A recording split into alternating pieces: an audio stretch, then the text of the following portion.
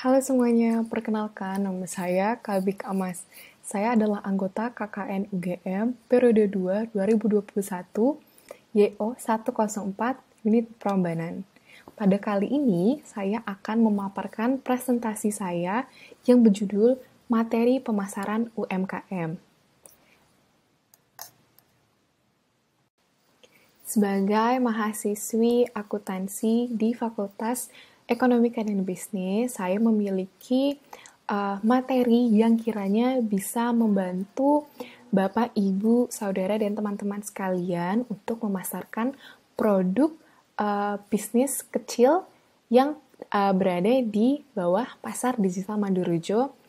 Seperti yang teman-teman, Bapak, Ibu, dan Saudara sekalian ketahui, saya dan teman-teman KKN telah diundang untuk masuk ke dalam WA Group Pasar Digital Mandorejo.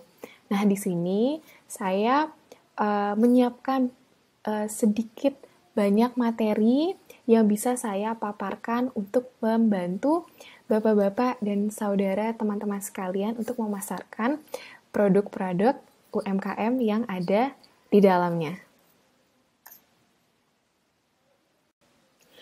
Jadi Bapak-Bapak, Ibu-Ibu, dan teman-teman sekalian, mengapa pemasaran produk?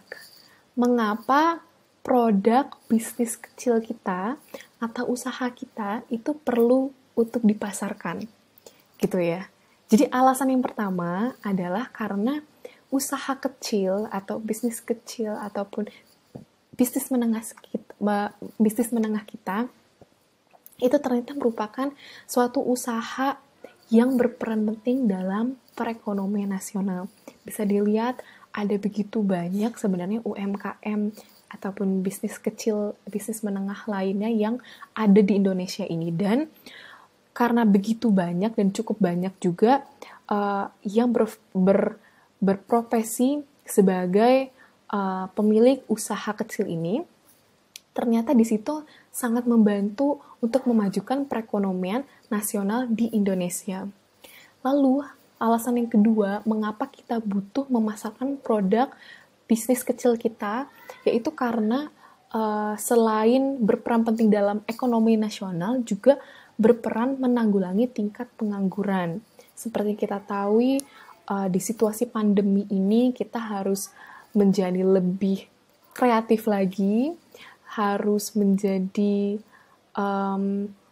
pengambil keputusan, yaitu dengan memiliki usaha kecil yang dimulai juga pun dari kecil dulu, perlahan-lahan.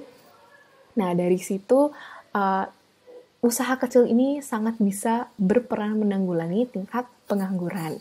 Lalu alasan yang ketiga, yaitu permasalahan yang dihadapi oleh UMKM itu ternyata cukup banyak. Ada dan cukup banyak gitu ya. Seperti contohnya industri kerajinan batik gitu ya. Persaingan pasar dalam pemasaran produknya itu ada gitu. Karena pada saat ini banyak usaha yang menjalankan usaha yang sama ataupun yang mirip gitu ya.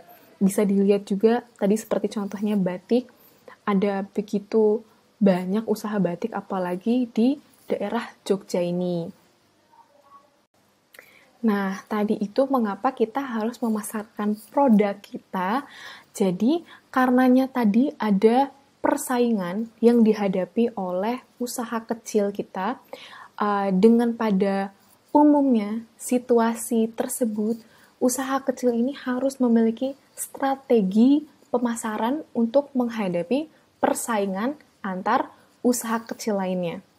Jadi, pemasaran itu perlu mendapat perhatian serius oleh usaha kecil, terutama dalam proses penetapan strategi pemasaran yang dipilih, yang mana nanti akan mampu kiranya menembus pasar, gitu. Apalagi kondisi persaingan yang semakin ketat seperti ini, kemampuan untuk merebut pangsa pasar akan dihadapi oleh usaha kecil itu sendiri. Jadi Bapak-Bapak, Ibu-Ibu, dan teman-teman sekalian, strategi pemasaran yang tadi saya maksud adalah salah satu cara memenangkan keunggulan bersaingan yang berkesinambungan untuk perusahaan yang memproduksi barang atau jasa.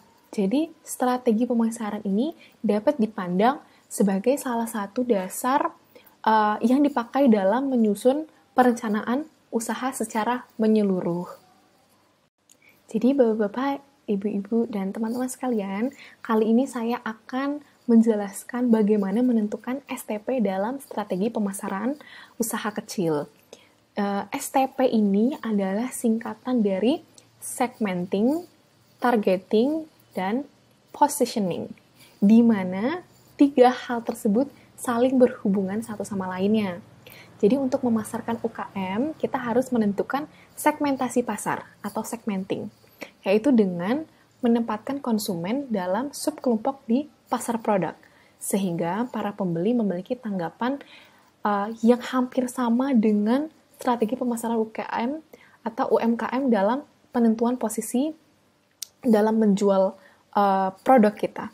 Jika telah menentukan segmentasinya, kita juga harus menentukan pasar atau targeting. Jadi ini di mana kita harus mengevaluasi berbagai segmen tersebut untuk memutuskan siapa yang menjadi target market kita.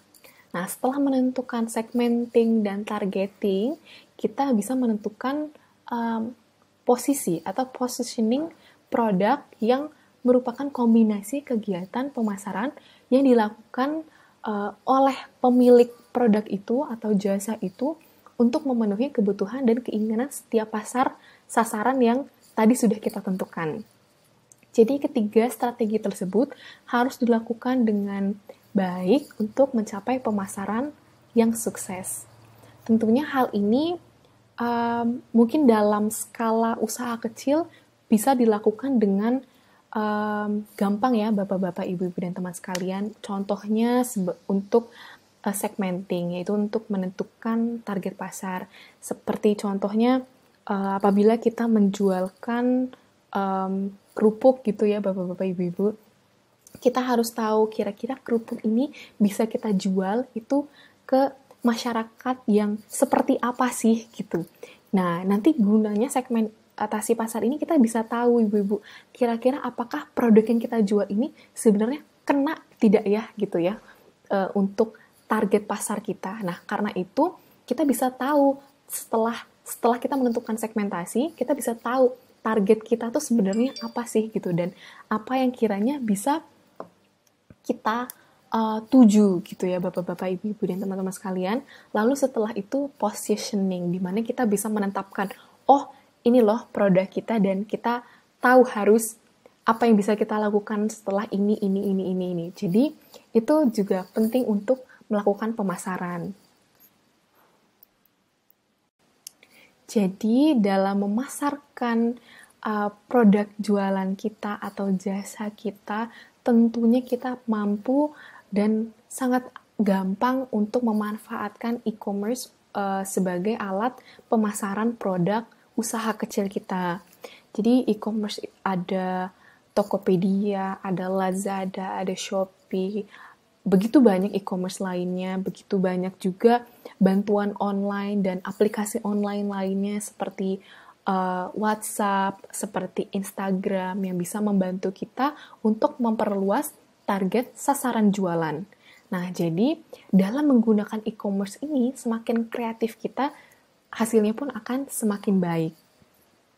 Contoh yang bisa saya berikan kepada Bapak, Ibu, dan teman-teman sekalian dalam memanfaatkan e-commerce dalam hal WhatsApp group, kita harus menyesuaikan produk kita dengan e-commerce yang kita pakai ataupun dengan aplikasi yang kita pakai. Misal saya ambil contoh WhatsApp group ya Bapak, Ibu, dan teman-teman. Saat kita menjualkan produk kita, apapun itu, kita tuh harus bisa mengambil foto, mengambil gambar produk itu dengan baik, ibu-ibu, bapak-bapak. Jadi saya lihat ada beberapa anggota dari pasar digital Madurejo yang mengambil foto produknya dengan sangat bagus, yaitu dengan lighting atau dengan cahaya yang pas gitu bapak-bapak ibu-ibu. Nah itu penting sekali untuk terus diterapkan, karena saat kita mengambil foto lalu menguploadnya dengan harapan kiranya ada yang tertarik dengan produk kita ini, itu penting sekali dengan apa yang dilihat oleh konsumen gitu ya. Jadi kalau konsumen bisa melihat, oh ternyata foto itu jelas dan bersih gitu ya bapak-bapak ibu-ibu, akan semakin menarik produk itu gitu ya. Jadi jangan sampai kamera HP-nya mungkin kotor gitu, jadi bisa dilap dulu sebelum mengambil foto. Lalu pastikan juga cahaya itu tuh kena gitu ya ibu bapak-bapak di produknya, jadi bisa kelihatan produk itu isinya ataupun tulisan yang tertera juga, itu penting sekali. Lalu yang kedua adalah dari cara pengemasan. Jadi pastikan pengemasan itu tidak perlu pita, tidak perlu banyak warna dalam pengemasan, cukup bersih dan rapi. Itu sudah sangat membantu sekali dalam memasarkan produk bisnis kita. Jadi perlu diingatkan juga kepada teman-teman dan bapak-bapak, ibu-ibu yang ingin memasarkan produk-produk jualan kecilnya, untuk dipastikan kita mengambil gambar itu dengan sudut yang mungkin sudut yang baik, sudut yang tepat, dengan pengemasan yang bersih dan rapi. Tidak perlu resolusi HP yang bagus bapak-bapak ya ibu-ibu, cukup foto yang jelas itu sudah sangat bagus dan membantu memasarkan produk kita. Nah, jadi bapak-bapak, ibu-ibu, dan teman-teman sekalian, penerapan strategi pemasaran usaha kecil itu harus konsisten. Jadi, konsistensi dalam menjalankan strategi pemasaran itu merupakan hal yang sangat penting. Jadi, selain kreatif, pelaku bisnis usaha kecil juga dituntut untuk bisa terus konsisten dalam menjalankan strategi pemasaran yang dipilih. Hal ini penting karena kepercayaan konsumen akan terbangun apabila kita konsisten di bidang usaha yang kita geluti dan menjadi seorang ahli di dalamnya. Nah, itulah beberapa strategi pemasaran yang dapat Anda dan kita lakukan untuk mengembangkan bisnis usaha kecil kita. Jadi dalam sebuah bisnis, selain melakukan strategi pemasaran, kita juga bisa membuat laporan keuangan yang juga sebenarnya tidak kalah penting. Jadi laporan keuangan ini simpelnya adalah mencatat semua duit yang keluar dan semua duit yang masuk juga. Begitu pula bisa menggunakan aplikasi online dalam membuat laporan keuangan. Jadi bapak-bapak, ibu-ibu, dan teman-teman sekalian, mungkin sekian dulu penjelasan saya tentang materi pemasaran untuk usaha kecil.